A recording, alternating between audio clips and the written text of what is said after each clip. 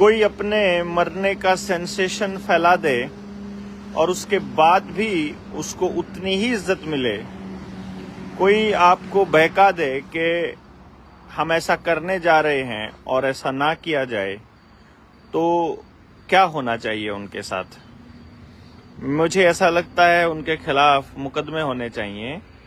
उनसे पूछा जाना चाहिए कि तुमने लोगों के विश्वास के साथ खिलवाड़ क्यों किया। लेकिन ऐसा नहीं होगा।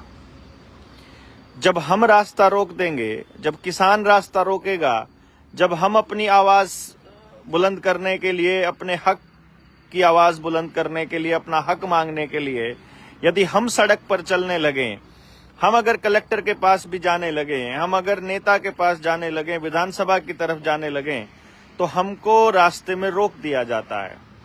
हम अगर सड़क पर बैठ जाएं और सड़क को जाम कर दें तो हमारे ऊपर मुकदमा दर्ज होता है देशद्रोह का। अब देशद्रोह का मुकदमा दर्ज कर दिया जाता है, लेकिन ये सिर्फ आम जनता के ऊपर होता है। जब देश की सरकार करने लगे, प्रदेश का राजा करने लगे, जब प्रदेश का प्रशासन जब ये काम करने लगे, उस वक्त उनके खिलाफ क्या कार्रवाई होनी चाहिए, इसके बारे में सोचा है आपने कभी?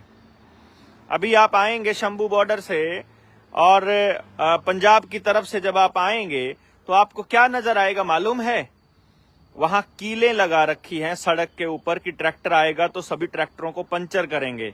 वहां सीमेंट की बड़ी दीवार चुन दी गई है कि इसको शायद उनको लगता है कि किसान इसको तोड़कर नहीं आ सकता है। उनको नहीं मालूम है कि किसान के पास कैसे कैसे हथियार हैं, कैसे कैसे उनके पास अपने साधन हैं। बड़ी बड़ी क्रेन, कंबाइन, बड़े बड़े अर्थ मूवर्स, सब कुछ है उनके पास। लेकिन चलो फिर भी मैं तो ये कहना चाह रहा हूं कि जब किसी आम इंसान के ऊपर मुकदमा किया जा सकता है रास्ता रोकने का, तो भाई साहब मुख्यमंत्री के ऊपर और प्रधानमंत्री के ऊपर नहीं किया जाना चाहिए क्या? मैं गुजारिश करूंगा इस देश के लोगों से जो अपने आप को कहते हैं उनका जमीर जिंदा है, कि अपना इंटरनेट खोलिए, अपना लैपटॉप, अपना मोबाइल खोलिए, आप जाइए क्राइम को रिपोर्ट करने वाली वेबसाइट के ऊपर, पुलिस की वेबसाइट के ऊपर, और एफआईआर कीजिए ऑनलाइन और दर्ज कीजिए, अपना कंप्लेंट नंबर नोट कीजिए। हम इकट्ठा करके उनसे पूछेंगे, जब देश के लोगों के ऊपर मुकदमा किया जाएगा तब हम पूछेंगे कि जब हमने तुम्हारे खिलाफ मुकदमा किया था तो तुमने इस पे कितनी कार्रवाई की थी। इस पुलिस को यह अधिकार किसने दिया है कि वो देश की जनता जो कि उनकी मालिक है उसके ऊपर एफआईआर कर दे, और जो प्रतिनिधि हैं जिनको हमने नौकर बनाकर भेजा है, जो हमसे तनख्वाह पाते हैं, जो अभी भीख मांगने के लिए आ जाएंगे अपने वोट के लिए और अपनी उस तनख्वाह के लिए, अपने उस पद के लिए, वो उन लोगों के कहने से अपने मालिक के ऊपर अटैक करना, अपने मालिक के ऊपर लाठियां बरसाना, आंसू गैस के गोले छोड़ना, उनके ऊपर पानी की बौछार सर्दी में मारना और उनको प्रताड़ित करना, उनके ऊपर झूठे मुकदमे कर देना, ये सब वो पुलिस कर सकती है। लेकिन आम इंसान जब अपनी शिकायत लेकर के जाता है तो उसके ऊपर कितनी कार्रवाई होती है आप सब लोगों को मालूम है। आप बताइए, आप लोगों को किसी जानकार के साथ ऐसा हुआ हो, आपके साथ हुआ हो कि वो कंप्लेंट ही ना लिख रहा हो। 650 से ज्यादा एफआईआर तो हम लिख चुके हैं और हम कह चुके हैं कि भैया जो ये तंत्र कर रहा है ये गलत है और गलत कर रहा है तो इसके खिलाफ कार्रवाई होनी चाहिए, लेकिन नहीं होगी। क्यों? क्योंकि इस देश के लोग सोए हुए हैं। शायद जनता को मजा आ रहा है कि कोई उनको नशे में डाल करके, मोबाइल के नशे में, ओटीटी के नशे में, तनख्वाह के नशे में, पैसे के नशे में, या पावर के नशे में, या किसी लालच में, या भविष्य में एक आस के नशे में, या किसी मत पंथ संप्रदाय के नशे में, या किसी भी नशे में वो डाल करके आपके साथ वो छल कर रहा है और आपको मालूम ही नहीं चलता है। आप सबको मालूम है कि किसान आंदोलन की शुरुआत होने वाली है। सभी किसान नेताओं को घर से पकड़ के गिरफ्तार किया जा रहा है, उनको नजरबंद किया जा रहा है कि किसान आंदोलन नेतृत्व विहीन हो जाए और किसान घरों से ना निकलें, जनता डर जाए। पुलिस गांवों में जाकर के अनाउंसमेंट कर रही है कि यदि कोई किसान आंदोलन में शामिल हुआ तो उसके जिम्मेदार खुद होंगे और इसके भयंकर मतलब नतीजे भुगतने पड़ेंगे। मतलब क्या नतीजे भुगतने पड़ेंगे कि झूठे केस कर दिए जाएंगे, है ना। वो कहेंगे कि आपके पासपोर्ट नहीं बनने दिए जाएंगे, वो कहेंगे कि आपको नौकरी नहीं मिलेगी, जैसे कि अभी तो घर से बुला करके नौकरी दी जा रही है ना। इसी तरह से आप इस तानाशाही को क्या नाम देंगे, मेरी तो समझ से बाहर है।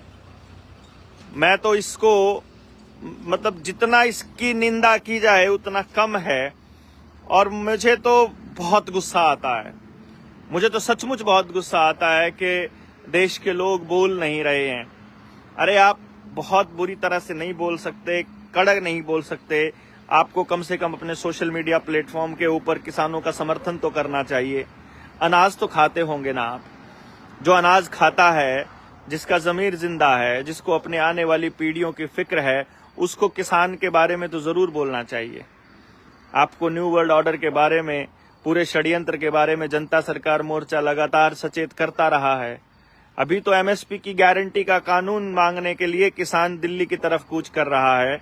और मुझे ऐसा लगता है कि यदि किसान नेताओं को तंग किया गया तो आने वाले टाइम में ना केवल तुम्हारे ये भारतमाला के प्रोजेक्ट पड़े रह जाएंगे, बल्कि जितने सीसीटीवी कैमरे हैं ये भी उतार करके लोग अपने घरों में लगाने वाले हैं। ये जितने एलईडी की स्क्रीन तुमने शहरों में लगाई हुई है, ये सारी स्क्रीन पार्कों में लगेगी जा करके। हम बता रहे हैं, इसकी कमान जनता अपने हाथों में लेने वाली है और बहुत जल्दी ये होने वाला है। आपको क्या करना है, आप क्या चाहते हैं, इस बात के बारे में आपको मालूम पड़ना चाहिए। एमएसपी की गारंटी का कानून तो दे भी दिया, उसके बाद भी इस देश में खाद्यान्न का संकट तो आने ही वाला है। पहले भी ऐसे ही किया था, एक इमरजेंसी लाई, द्वितीय विश्व युद्ध के नाम पर सारा अनाज किसानों का इकट्ठा कर लिया गया और देश के लोगों को खाने के लिए अनाज नहीं मिला तो लोग भूखों मरे और ये कह दिया गया कि देश के पास अनाज की कमी है। ऐसा ही ड्रामा अभी चल रहा है। जितना सच कोरोना था, जितना फायदा इस कोरोना की वैक्सीन से हुआ है, उतना ही सच उस टाइम का खाद्यान्न संकट था और उतना ही सच आने वाले समय का खाद्यान्न संकट होगा। अभी तो बिजली का संकट भी आपको झेलना है। अभी तो इंटरनेट बंद किया है 4-5 जिलों में, ये देखने के लिए कि इस देश के अंदर कितने नपुंसक लोग बसते हैं, वो बोलेंगे कि नहीं बोलेंगे। और ये अभी तो चेक कर रहे हैं कि आने वाले वक्त में जब इंटरनेट का भी, जब इनको सब बंद करना होगा, जब डिजिटल करेंसी लॉन्च करनी होगी, सीबीडीसी जब लाना होगा, बैंकिंग पूरी तरह से ध्वस्त करनी होगी, उस वक्त के लिए ये देश बोलने के लिए कितना तैयार है। ये चेकिंग चल रही है। अभी आपको इस चेकिंग में पास होना है कि फेल, ये तो आप ही तय करेंगे। लेकिन मैं सिर्फ इतनी बात कहूंगा कि आपको किसानों के साथ आकर के खड़ा होना चाहिए। जनता सरकार मोर्चा ने ये तय किया है कि कल या परसों इसमें से एक दिन तय कर दिया जाएगा। मोस्ट प्रोबेबली हम लोग 13 तारीख को दिल्ली की तरफ कूच करने वाले हैं। और जो भी साथी इसमें साथ आना चाहते हैं, जो भी साथी इसके अंदर समर्थन देना चाहते हैं, वो कमेंट बॉक्स में भी लिखिए, अपना नंबर भी भेजिए। हमारे साथी आपको संपर्क करेंगे, आपको जगह बता दी जाएगी, क्योंकि इंटरनेट हो सकता है बंद हो जाए। इंटरनेट बंद होने से पहले आप वो लोग नोट कर लीजिएगा और सारे साथी एक जगह से, फिर चाहे हमें पैदल चलना पड़े, चाहे हमें इनकी दीवारें कूदनी पड़े, फांदना पड़े, ये देखना होगा समय के साथ कि आप अपने साथ एक एक दो दो जोड़ी अपने कपड़े ले आएं। अपना बिछाने का, अपना ओढ़ने का कम से कम आपके पास इस तरह से हो कि पिट्ठू बैग के अंदर आ जाए और पिट्ठू बैग लेकर के, वही पिट्ठू बैग फिर हमारे को उनके डंडों से भी बचाएगा, वही हमें पानी से भी बचाएगा, वही हमारे सारे रास्ते, अपना जरूरत का सामान उसके अंदर छोटा छोटा सा हो, बहुत ज्यादा भारी नहीं, बहुत हल्का सा, जिसको लेकर के भाग भी सके। उनसे आगे आगे उनके वो पकड़ने के लिए हमको दौड़े और हम बॉर्डर की तरफ दौड़ते हुए चलें। इस तरह का एक मंजर हो सकता है कि परसों आपको देखने को मिले और आप लोग इसके अंदर शामिल हो जाइए। ज्यादा से ज्यादा लोगों को इसके अंदर जोड़िए, बताइए कि किसान आंदोलन जो कर रहे हैं उनका साथ दीजिए। हाँ, एक बात का जरूर ध्यान दीजिएगा, एमएसपी का गारंटी का कानून आने से किसान समृद्ध नहीं हो जाएगा। किसान को अपनी सारी जमीन भी बचानी होगी। जितना लोन किसान के ऊपर है वो सारा का सारा उसका अदायगी होकर के उसकी जमीन को मुक्त करवाना भी होना चाहिए। साथ ही साथ जो गांव की जमीनों को सरकार ने अपने नाम पे रजिस्ट्री कर ली है, वो जमीनें छुड़वाना भी हमारा मकसद होना चाहिए। जब स्कूलों में टीचर्स नहीं है और इनको टीचर्स के ऊपर फोकस करने की बजाय जब सीसीटीवी कैमरा पे फोकस करने लग जाए सरकार, तो ऐसे चालान काटने वाली सरकारों का विरोध भी हमारा फोकस होना चाहिए। उद्योगपतियों का बड़ा बड़ा लोन माफ कर दिया जाता है और किसान 10-10 हजार, 20-20 हजार और 1-1 लाख रुपए के ऊपर आत्महत्या करता है। इस पर भी हमारा फोकस होना चाहिए। जो चीजें कभी हमारे को सब्सिडी पर दी जाती थी, जो चीजें कभी हमको फ्री दी जाती थी, उन चीजों के लिए अब लाइन में लगना पड़ रहा है। इस पर भी फोकस हमारा होना चाहिए। आने वाले वक्त में इस देश की जनता को कटोरा हाथ में पकड़ाकर, थैला हाथ में पकड़ाकर वैसे ही खड़ा करने वाले हैं जैसे आज 85 करोड़ लोगों को मुफ्त का 5 किलो अनाज देने के लिए खड़ा किया हुआ है। और इतने हरामखोर हैं कि उसको भी गाते लगते रहते हैं, उसका भी गुणगान करते हैं कि हमने इतने करोड़ लोगों को भूखमरी के कगार पर ला करके उनको भिखमंगा बना दिया। देश को भिखारी बना करके मौज उड़ाने वाले लोगों से हिसाब मांगने का समय आ गया है। आप लोग तैयार रहिए।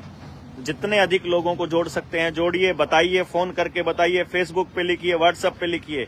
ये इंटरनेट बंद करें, उससे पहले किसान के समर्थन में हम लोगों को बोलना होगा। आप बोलिए, आंदोलन का रुख क्या रहेगा, आंदोलन का नतीजा क्या रहेगा, ये आने वाले वक्त के गर्भ में है। लेकिन अभी हमारा फर्ज ये बनता है कि हम हर उस व्यक्ति का साथ दें जो अपने हक की लड़ाई लड़ रहा है या लड़ता हुआ नजर आ रहा है। भले ही हमारा साथ जो है वो उसका कोई भी नतीजा हो, लेकिन हमारा जो ध्येय है, हमारा जो उद्देश्य है, हमारा जो कर्तव्य है, वो ये है कि हम हर लड़ने वाले आदमी को, अपने हक के लिए आवाज उठाने वाले आदमी को सपोर्ट करें। तो आप सब लोग जनता सरकार मोर्चा के साथ जुड़िए। आप सभी लोग इस मुहिम का हिस्सा बनिए और दिल्ली आने की तैयारी कर लीजिए। अगर आंदोलन लंबा चलता है तो जनता सरकार मोर्चा वहां हो सकता है अपना अलग से टेंट लगाए और लोगों को वहीं से जागृत करे पूरे न्यू वर्ल्ड ऑर्डर के खिलाफ। हमारा मकसद एक तबका नहीं है, हमने प्राइवेटाइजेशन को भी रोकना है। हमने अपने सरकारी संस्थान, हमने अपने पब्लिक के सार्वजनिक और सामुदायिक संस्थान भी बचाने हैं। हम लोगों को आर्मी भी बचानी है। हमको अपना पैसा भी दुरुस्त करना है। हमको इन बैंकिंग सिस्टम से भी निजात पानी है। हमको आने वाली पीढ़ियां कभी भी ऋणी ना रह सके, ऐसी व्यवस्था भी बनानी है। हम लोगों को बहुत सारा काम करना है। केवल एक मुद्दे पर हमको नहीं चलना है, क्योंकि ये मुद्दे हमारे नहीं, हमारी अगली पीढ़ियों के हैं और इन अगली पीढ़ियों के मुद्दों पे काम करना इतना आसान भी नहीं होगा और इनके नतीजे इतने जल्दी भी नहीं आएंगे। ये बहुत समय लेने वाला काम है, बहुत ऊर्जा लेने वाला है। हो सकता है कि हम लोग नींव का पत्थर बने, इस काम के अंदर लगातार लगे ही रहें, लेकिन उम्मीद ये करेंगे कि उससे पहले ऐसे लोगों की एक फौज तैयार कर जाएं कि आदमी बिके तो विचार ना बिके, आदमी मरे तो विचार ना मरे, और आदमी अगर गुम हो जाए तो विचार गुम ना हो। ये विचार की लड़ाई है, ज्ञान युद्ध है, और इस ज्ञान युद्ध में आप सब लोगों के पास जितनी जानकारी होगी उतना बेहतर होगा। आज के वक्त यदि आप अखबार देखते हैं और टेलीविजन देखते हैं तो आपके पास, अगर आप नहीं देखते हैं तो आपके पास जानकारी नहीं होती है, और अगर आप देखते हैं तो आपके पास गलत जानकारी होती है। ये दौर है।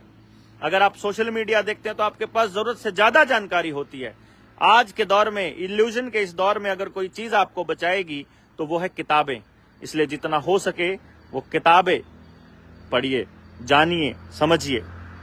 और यदि लोग आपकी बातों को सुनकर अनसुना कर देते हैं और आपको पागल बोलते हैं, यकीन मानिए वही लोग आने वाले वक्त में आपको कहने वाले हैं कि भाई तुम ठीक कहते थे। ये हमारे साथ आज हो रहा है। 6 साल पहले, 7 साल पहले जब इन षड्यंत्रों के बारे में हम बोलते थे, जब 3 साल पहले हम बोलते थे, तो लोग हमको कहते थे कि तुम्हारा दिमाग खराब हो गया है, ये सरकार पागल है क्या। मेरा ही एक रिश्तेदार मुझे कल बोल रहा था, ये इतनी बड़ी बैंकिंग व्यवस्था पूरी दुनिया में चल रही है, ये पागल है क्या। मैंने कहा ये पागल है नहीं, ये पागल आपका और हमारा बना रहे हैं भैया। हम पागल हैं जो अपनी मेहनत की एक एक पाई इनको दे रहे हैं। बाकी मैं ये समझता हूं कि यहाँ किसी से अप्रूवल लेने की जरूरत नहीं है। अगर आप किसी का सर्टिफिकेट लेने के लिए जन जागरण का काम कर रहे हो, समाज को बचाने का काम कर रहे हो, तो आप बहुत गलत कर रहे हो। किसी से सर्टिफिकेट लेने के लिए काम नहीं करना, किसी से प्रोत्साहन पाने के लिए काम नहीं करना।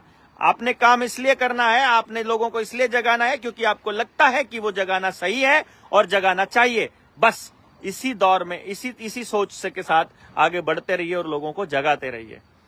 आपसे गुजारिश रहेगी, ज्यादा से ज्यादा लोगों को जगाइए, उन लोगों तक बात पहुंचाइए, जैसे मर्जी पहुंचाइए। आप अपनी बात कहिए, आप लाइव आइए, आप लिखिए, आप बताइए, सोशल मीडिया पे डालिए। आप खुद वीडियो बनाने में असमर्थ हैं और आपको नहीं बनानी है या बना नहीं सकते या अभी इतना वो नहीं खुला है, तो आप शेयर कीजिए, जैसा भी हो, लेकिन लड़ने वाले लोगों का साथ दीजिए।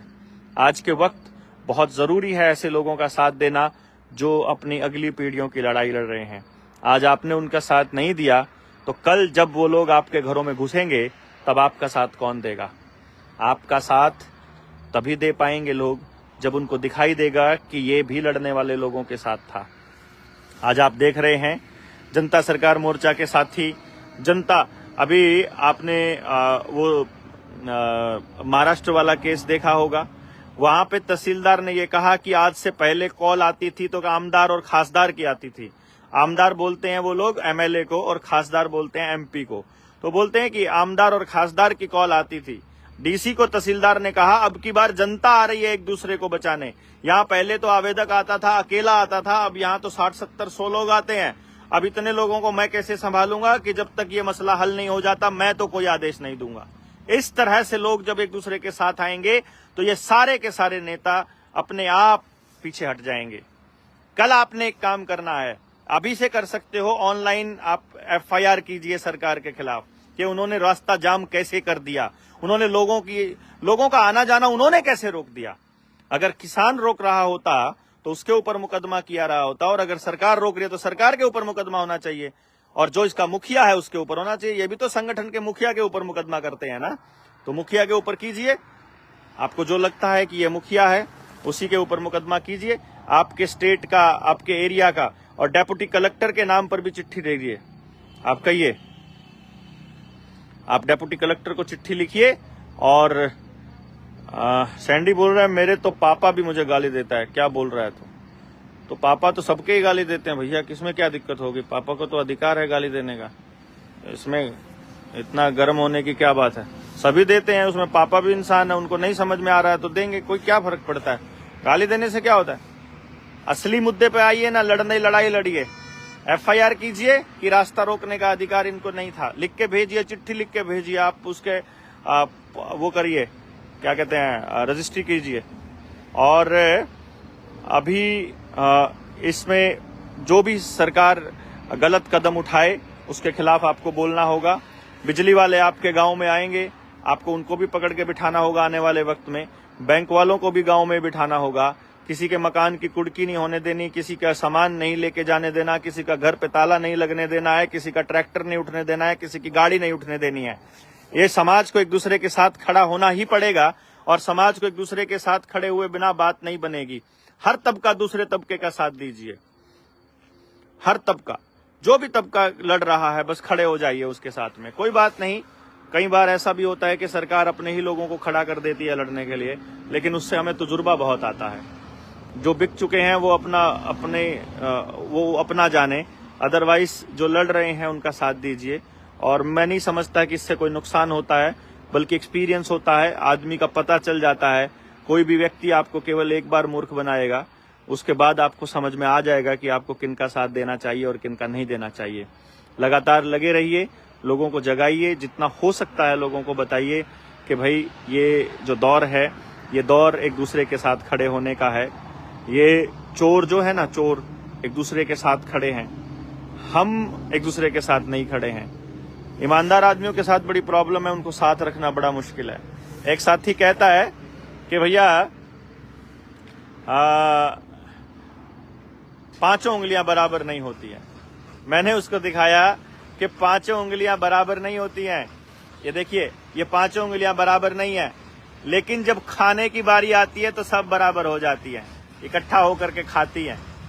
मैं इस बात को कह करके ये कह रहा हूं कि जितने अधिकारी हैं, जितने प्रशासन के लोग हैं, जो बैंक वाले हैं, चाहे सरकार में बैठे लोग हैं, चाहे नेता लोग हैं, चाहे माफिया है, गुंडे हैं, मतलब आपका माइनिंग वाले हैं, ये सारे के सारे लोग मिले हुए हैं, एक जैसे हैं, एक ही लाइन में खड़े हैं और सब मिलकर के देश को लूट रहे हैं।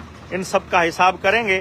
फिलहाल अभी किसान आंदोलन सुर्खियों में है और इंटरनेट बंद करके ये लोग हमारे देश के लोगों की नपुंसकता की टेस्टिंग कर रहे हैं। हरियाणा में इंटरनेट बंद है तो बाहर के लोगों से गुजारिश है कि ज्यादा से ज्यादा लोगों तक पहुंचाइए और इतना पहुंचा दीजिए कि लोगों को पता चले कि हरियाणा के लोग अभी भी कहीं कहीं दूर जा करके, मतलब हमारा अगर जिला बंद है तो हम दूसरे जिले में जा करके चलाने के लिए, हम इंटरनेट चलाने के लिए दूर आते हैं। और चूंकि गाड़ी के ऊपर पूरा का पूरा इनका नजर रहता है, इनकी नजर रहती है, इसलिए हम ये देखिए, इसलिए हम बाइक पर आए हैं, इसलिए हम मोटरसाइकिल पर आकर के दूर कहीं इलाके में आकर के और फिर लाइव चले हैं और अभी फिर वहां चले जाएंगे जहां पर नेट नहीं चल रहा है। लेकिन आप जहां आपका नेट चल रहा है वहां ज्यादा से ज्यादा लोगों को इस बात को पहुंचाइए कि भाई अब हमें किसान आंदोलन के पक्ष में लिखना होगा। ट्विटर पर चालू कर दीजिए we support farmers agitation, MSP का कानून। और बाकी के जो लड़ाइयां हैं वो जब हम इकट्ठे होंगे, लड़ने के लिए घर से निकलेंगे, एक दूसरे से मुलाकात होगी, तभी तो उन पर चर्चा करके लड़ेंगे ना कि क्या क्या दिक्कत है। तो बहुत बढ़िया रही ये वीडियो, आप लोगों तक पहुंची, आप भी इसको आगे पहुंचाइए। बहुत बहुत धन्यवाद। जय हिंद, जय भारत।